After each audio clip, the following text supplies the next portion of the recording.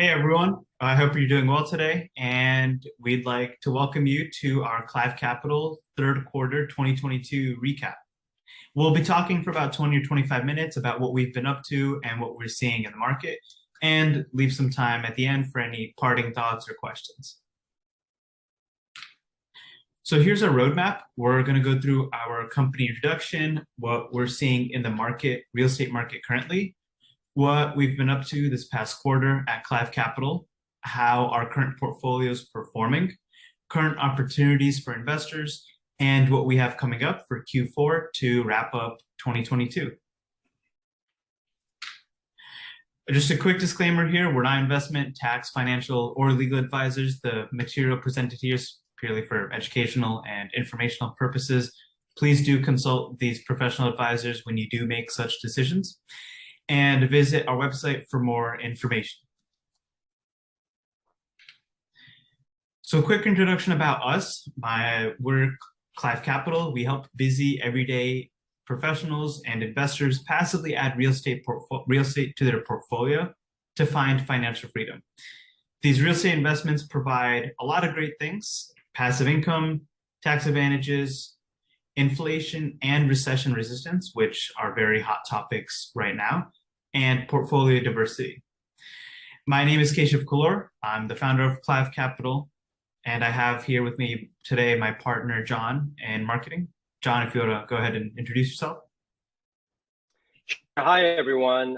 My name is John, and I worked with Keshav at a number of places, and recently joined as a marketing specialist.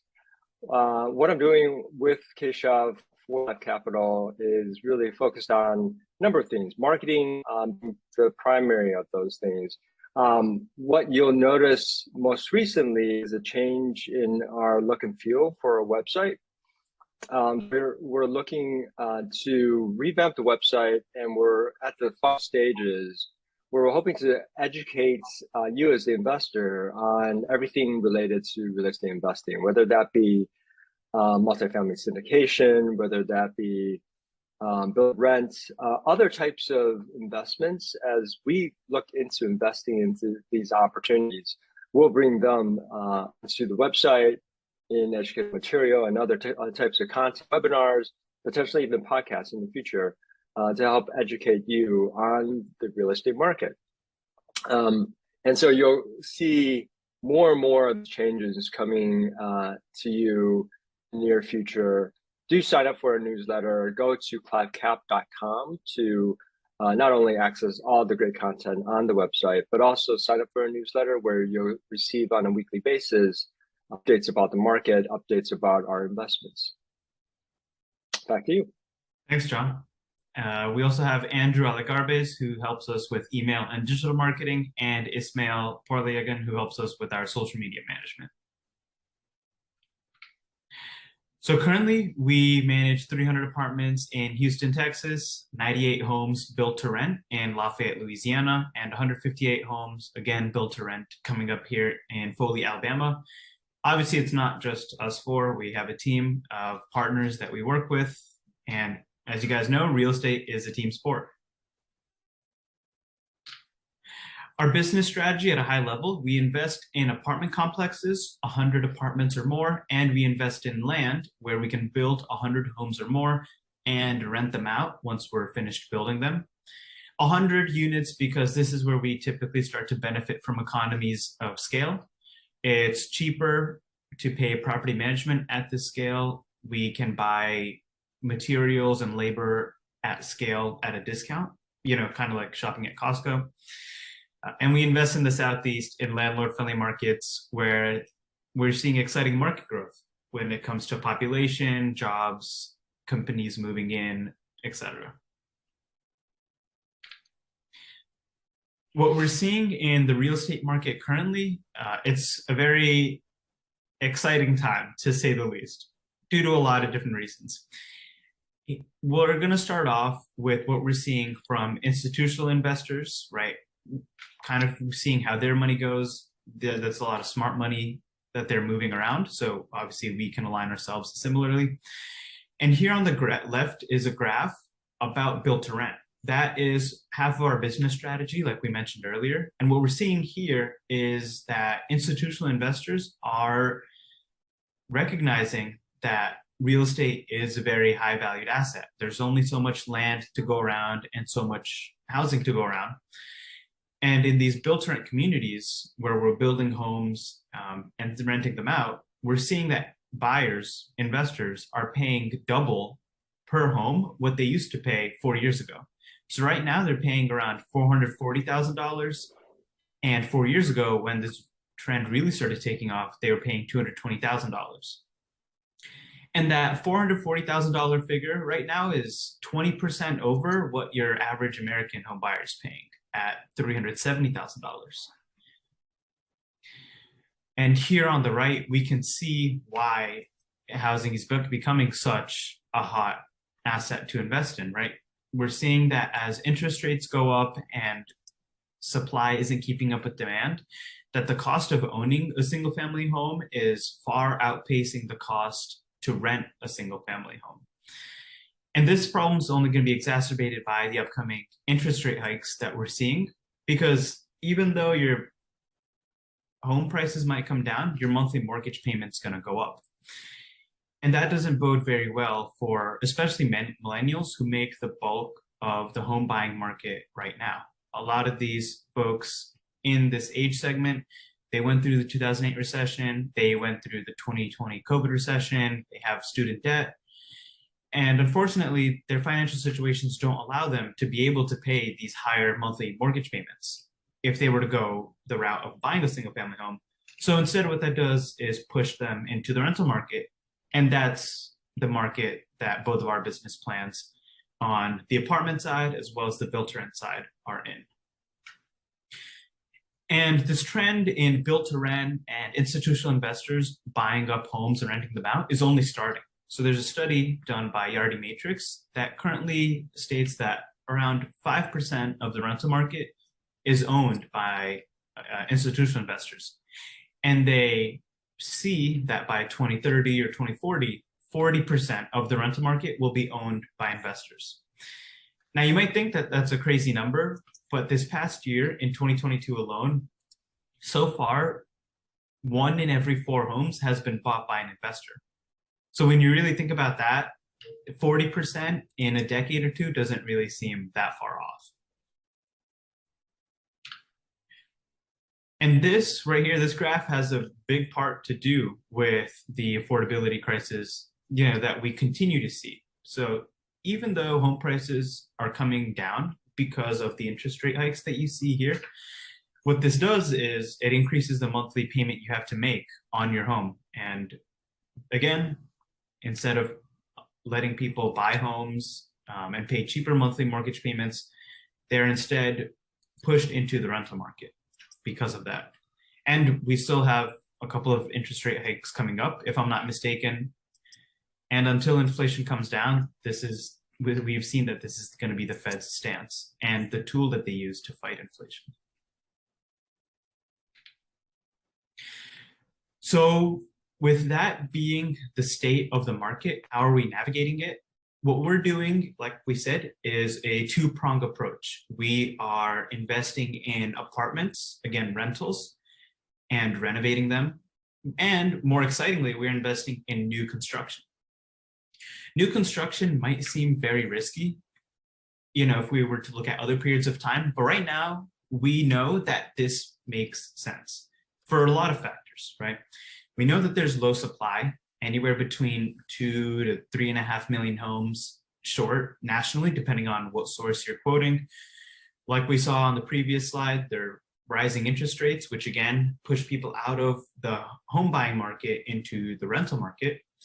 We see that there's a rising cost of living, meaning inflation. And we know that real estate and rents benefit from rising inflation because rents are some of our biggest living costs for most of us.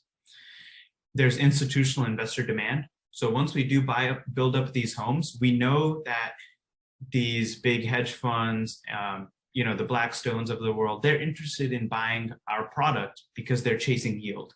They're chasing cash flow. They're chasing new housing opportunities and investments for their investors. From the tenant aspect, we know that tenants are now looking for more flexibility in their life. They don't want to be locked down by a mortgage payment in New York, for example. They want to be able to explore New York City for a few years, explore Atlanta for a few years, Austin, and all of these different markets. And by living in rentals instead of buying a home, it allows you that flexibility to try out different metros and explore the country. And lastly, we are heading into a recessionary period, right? There are reports of job cuts, hiring freezes, lending is tightening up, money is slowing down. And as you know, I guess there's two sayings that I'll throw in here. One, Warren Buffett, be fearful when others are greedy, be greedy when others are fearful. So, you know, given 6 months, we should see prices come down. And we're seeing that, you know, in the land that we're buying. And so we want to take advantage of that right now. And the second saying is you make your money when you buy, not when you sell, right? So we want to make sure we're buying at a good time and in the right factors as well. Obviously, on a deal by deal basis, we want to make sure that the fundamentals are sound. And so with all that being said, if there's ever a time to wet your beak as an investor in construction, because of these factors that we just went through, now's the time.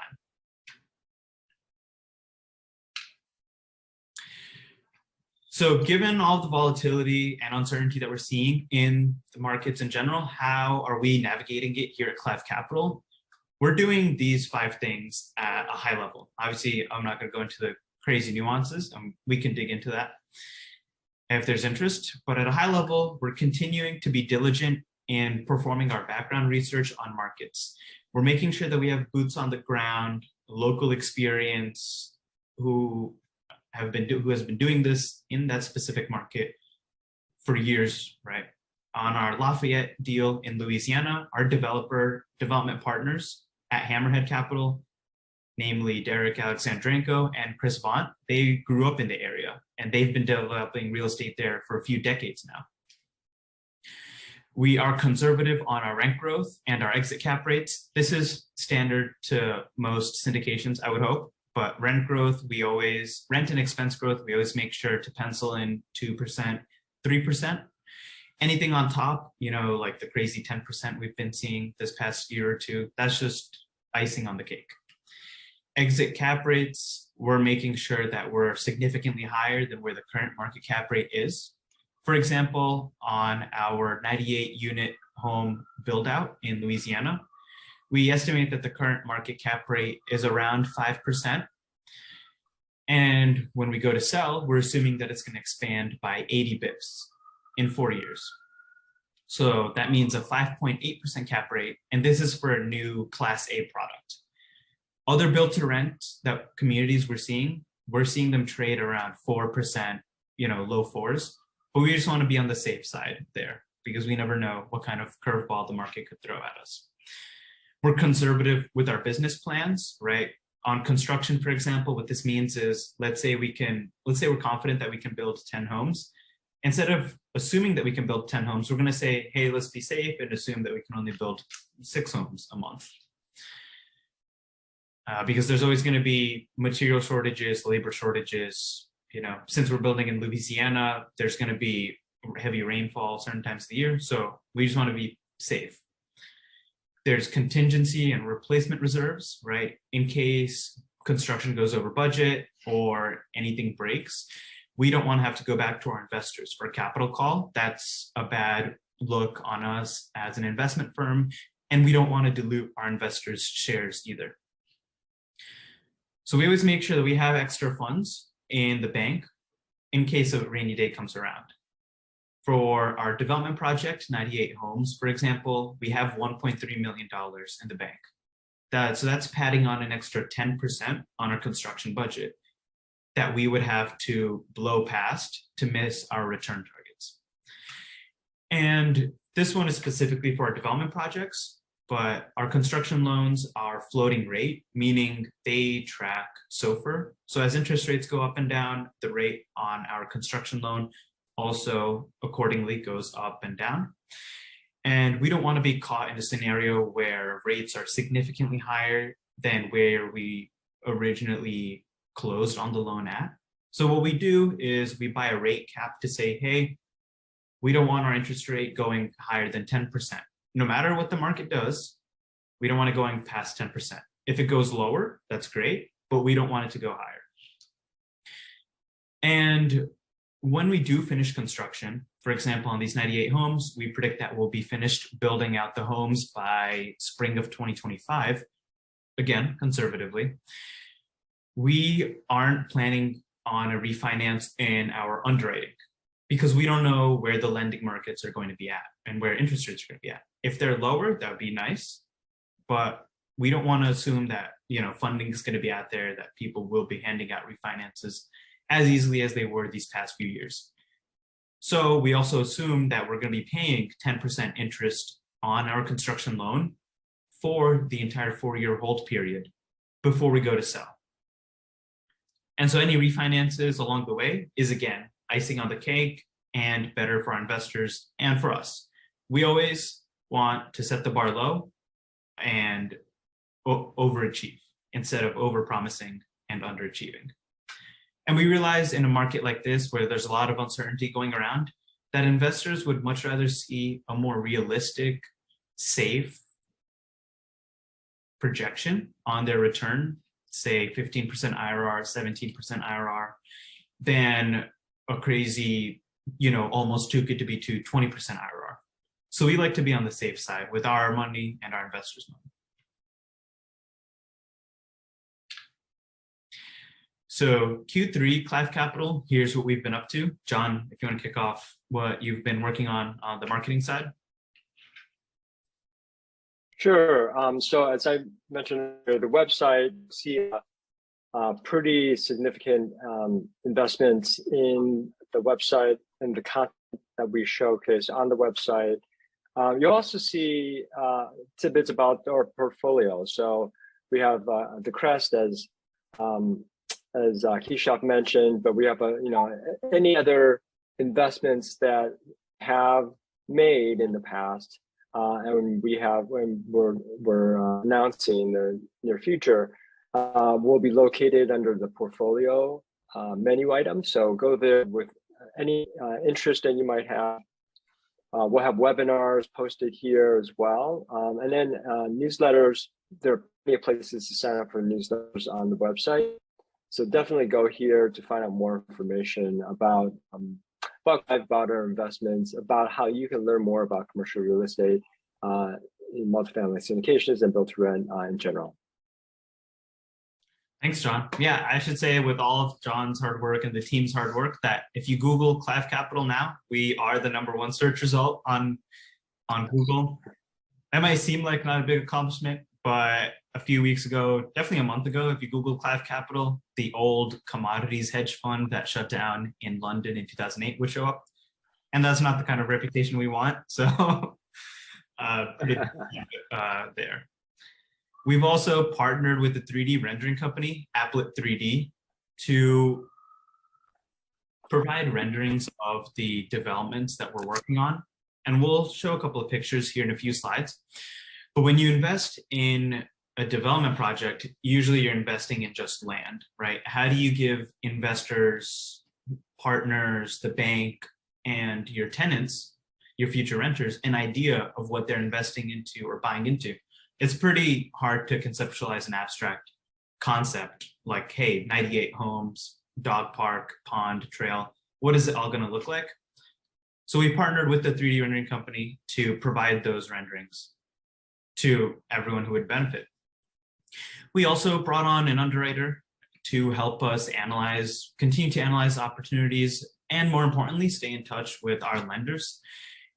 Every day, there's something different out there in the interest rate market. We always want to be top of mind and quick to respond when we are underwriting and working on closing on a loan with our lenders.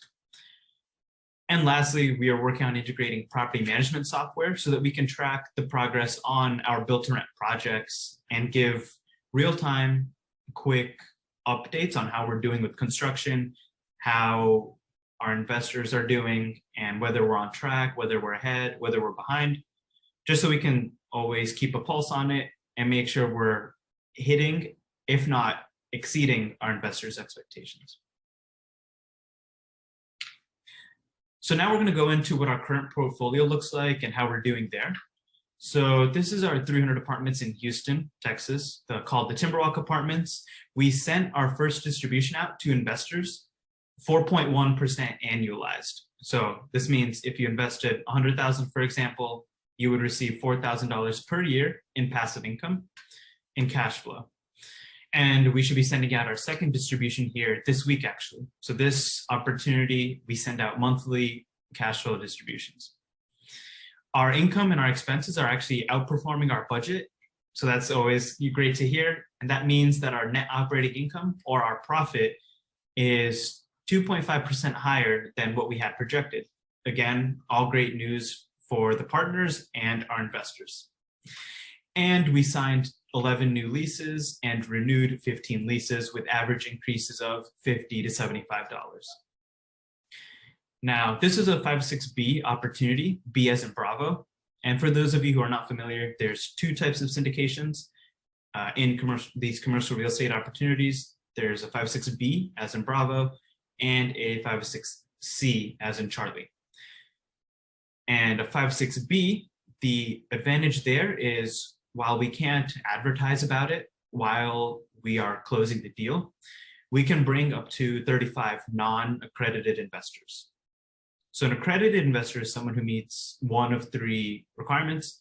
That's one, you earn over 200K or more on your last two tax returns, or two, you and your spouse combined earn over 300K on your last two tax returns, or three, your net worth is over $1 million, not including your home.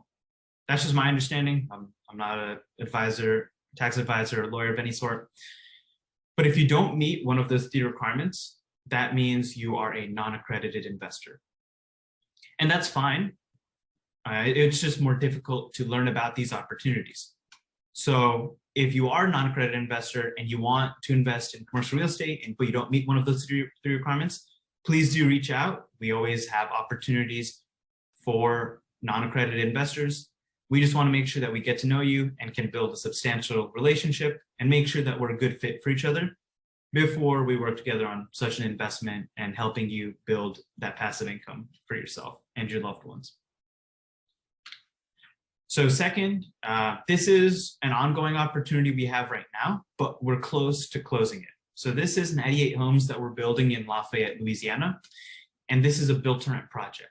So here on the left, you'll see that this is our 3D rendering. This is the work we're working on with Applet 3D. So this is what we have in mind for the community that we're building out. So you see the 98 homes here, you see the nice doggy park, the jogging trails along the back, and the pond here. So currently, we just secured funding from Arbor for $12 million to finish out the construction of the remaining 90 homes. So that's always exciting news. In a time like this where markets are uncertain and other projects are getting their funding pulled, it's always reassuring that a leading lender like Arbor in the nation believes in our deal, believes in our team and our experience enough to actually close on a loan with us during this time. So we're very excited about this. We can move forward to construction, and we've built a great relationship with one of the top lenders in the country for build to rent. We are wrapping up the capital raise also. There's only $800,000 left available for interested investors, anyone you know who'd be interested in joining us on this opportunity.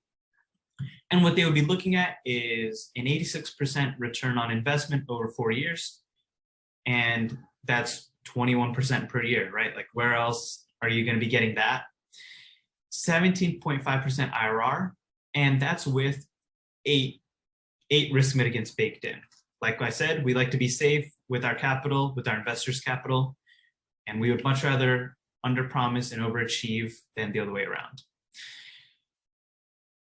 Those are just projected returns though, right? We do our best, but those are our educated guesses.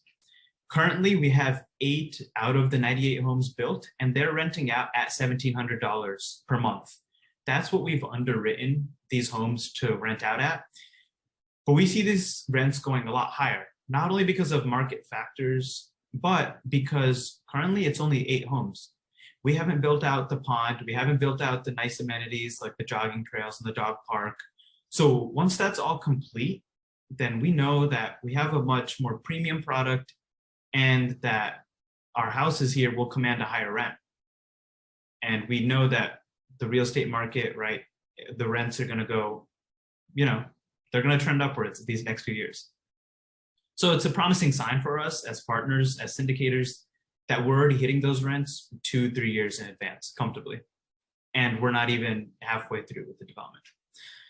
So once we finish the horizontal infrastructure, meaning the roads, the sidewalks, the curbs, anything that goes this way, that should be by the end of March this upcoming year. So March 2023. At that point, we're going to start building conservatively 6 homes a month. We know that we can hit 10 based on our developers' experience, but we're going to be safe and call it 6 homes a month.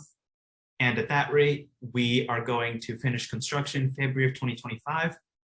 And again, once we do that, we'll operate it and then sell it off to hit these return metrics that I just mentioned. This is a 506C opportunity available to accredited investors only, $800,000. This is what the homes look like. If you want to go on Zillow, actually, these pictures are up on there right now. So if you look up 100 V as in Victor, F as in Frank, W as in Wolf, VFW Road, Ducson, Duson, Louisiana. You'll see these pictures. Our development partners, Derek Alexandrenko, and Chris Vaughn are very experienced, and these are amazing interiors. At least that's what I think. So here you see the kitchen, very modern finish, very modern appliances. You see the living room here as well with very traditional, barn doors here. And bedroom and bathroom. And these homes are, to give you an idea, they're 1,200 square feet, 3 bedroom, 2 bathroom, renting for $1,700 a month. Right now, actually, as we speak. So that's how our current portfolio is doing. Coming up in Q4, here's what we have planned. We're going to be structuring our latest investment opportunity, 158 homes, again, built to rent, this time in Foley, Alabama. This is close to Mobile, Alabama, and Pensacola, Florida. So we're going to be structuring that coming up, and we're going to be building out the horizontal infrastructure starting January 2023, and we are working on raising the funds for the horizontal infrastructure right now. It'll be around a $2 million raise, again, 506C investment opportunity for accredited investors only. We'll be releasing a webinar on it here shortly, so just keep an eye out for that. In addition to that, because why not, we'll be buying 30 acres in Louisiana again. We love what we've been able to do at the Crest in Lafayette, and we know that we can do it again and even better. So we're going to buy 30 acres here in December and build 225 homes. We're always looking for 506B, multifamily value-add opportunities, again, to show our non-accredited investors some love, help them towards their journey to financial freedom. We're continuing to look for land in Tennessee, the Carolinas, Texas, anywhere in the Southeast, really, where we like the market. And our goal is to have more than 1,000 homes under construction in 2023. Between Foley and between Lafayette, our current projects, we already have 256 homes. With these 225, that'll push us closer to the 500 mark. So we're excited here at Clive Capital about that big, 4-digit number in construction. And on the finances side, we'll be setting up a life insurance policy for the business, and we'll also be exploring asset-based lending. This is just to free up more capital, take our finances into our own hands so that we have more, liquid free capital to invest back into our opportunities, back into real estate, and back into our business so that we can serve our investors better. And with that, that wraps up our Q3 summary of what we've been up to, our recap here at Clive Capital. If you'd like to schedule a call, I'd love to chat, whether it's residential real estate, commercial real estate, personal finances, whatever it is. Here's my Calendly, or you can scan the QR code here. Here's my number if you want to reach out, and my email. And with that, we'll open it up to questions.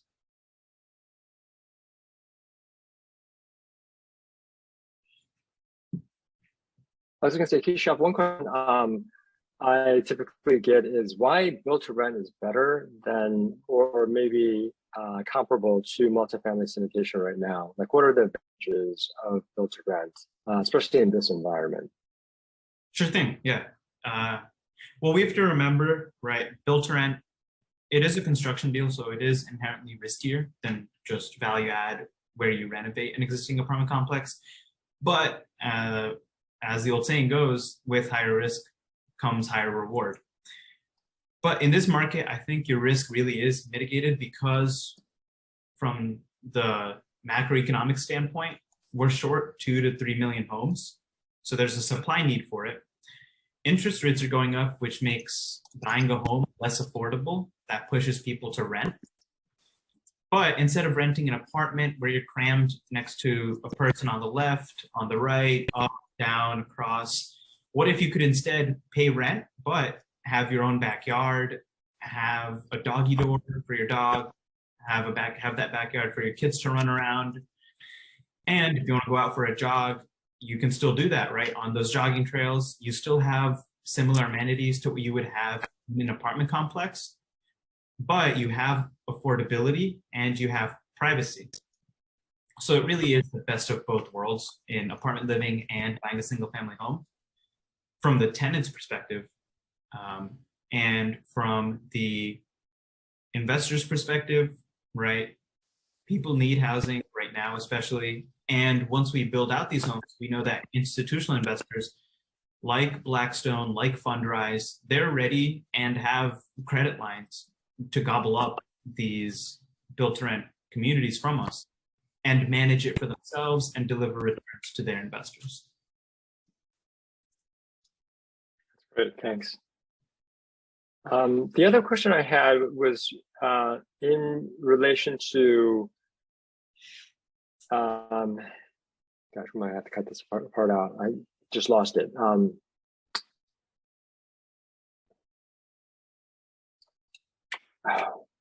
You're good. Take it. It's on the tip of my tongue. You might have to end it there. I'm trying to think of the question now.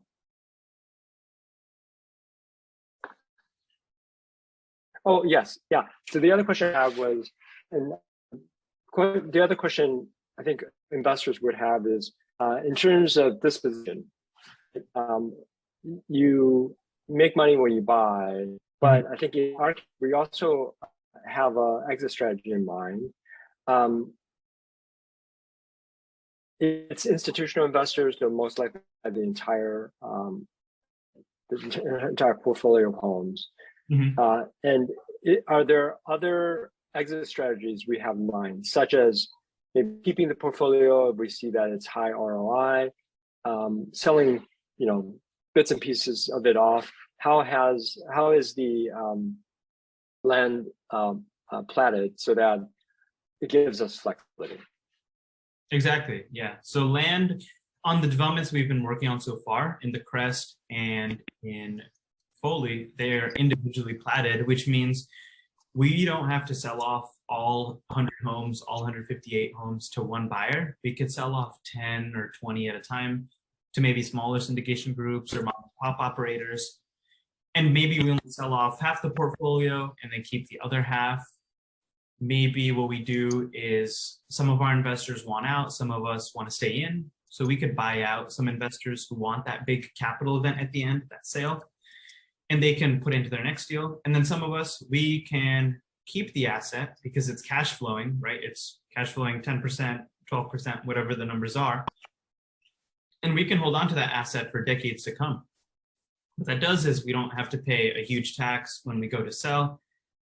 And that gets us one step closer to building that passive income and creating a legacy, for our loved ones, holding on to an asset and just seeing it, give you monthly distributions instead of having to go through the headache of, oh, I just sold something. Not only do I have a huge tax bill, I have to now find another place to go put this money where everything might have gotten even more expensive and even more difficult for a deal to pencil out. That's great. Another question I have was, you mentioned the phases. Jaden does have a question here. Oh, go ahead, Jaden. Yeah. Jaden, you want to come off mute and ask your question?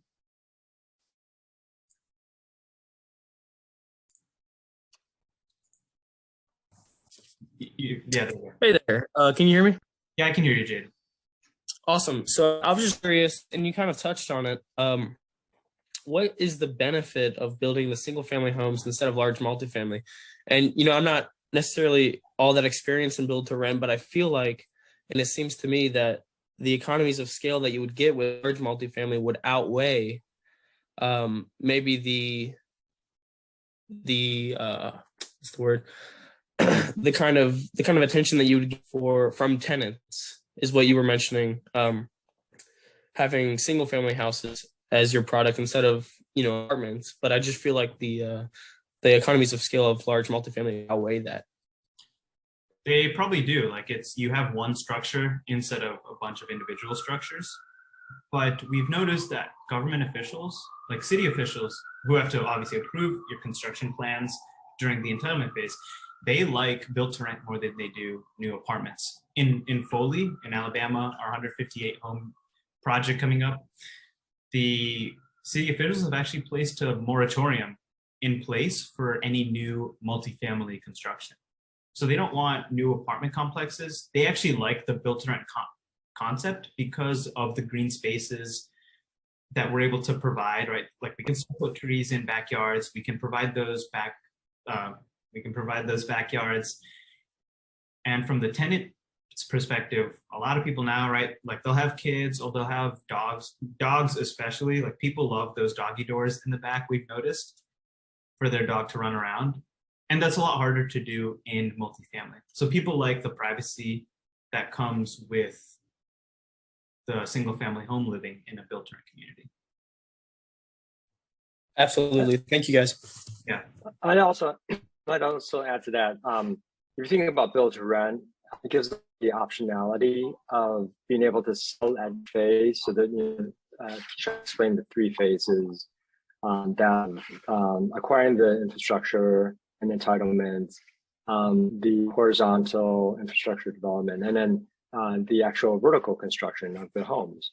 At the end of each phases, that gives us the option of taking that asset, right? You're improving the asset, you improve the land, putting into place the infrastructure, or in the horizontal phase, that infrastructure, then the vertical phase, the homes.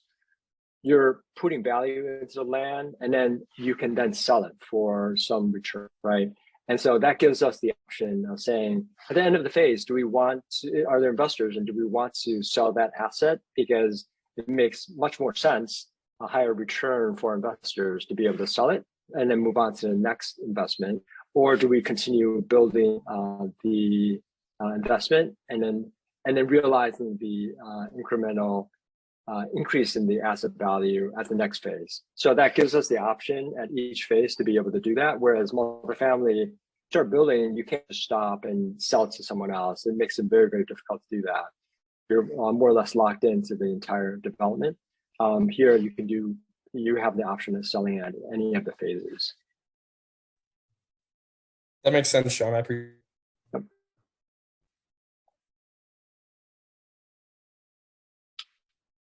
Any other questions?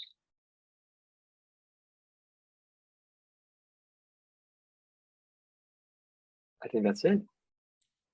Keshav, I'll pass it back to you. Yeah. Well, we'll stick around for any questions, but thank you everyone watching for tuning in and listening to us about what we've been up to here at Clive Capital.